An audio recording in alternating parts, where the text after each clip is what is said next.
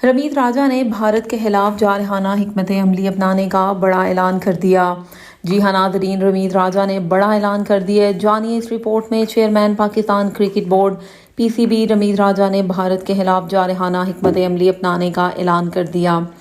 इस्लामाबाद में सहाफ़ियों से गैर रस्मी गुफ्तगू में रमीत राजा ने इस्तफसार किया कि भारत में शेड्यूल क्रिकेट वर्ल्ड कप में पाकिस्तान शिरकत नहीं करेगा तो इसे देखेगा कौन। उन्होंने साफ अल्फाज में कहा कि भारत एशिया कप खेलने पाकिस्तान आएगा तो हम भी वर्ल्ड कप खेलने सरहद पार जाएंगे। चेयरमैन पीसीबी ने मजीद कहा कि भारत पाकिस्तान के बगैर अगर वर्ल्ड कप करवा सकता है तो करवा ले। इनका कहना था कि पीसीबी भारत के खिलाफ जारहाना हिकमत अमली अपनाएगा।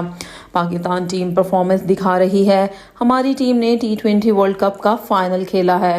रमीत राजा ने यह भी कहा कि पाकिस्तान ने अरबों के बिजनेस वाली टीम को 2 बार शिकस्त दी। उन्होंने मजीद कहा कि भारतीय क्रिकेट बोर्ड से एशिया कप ना खेलने से मुतल्लिक ताहाल बात नहीं हुई।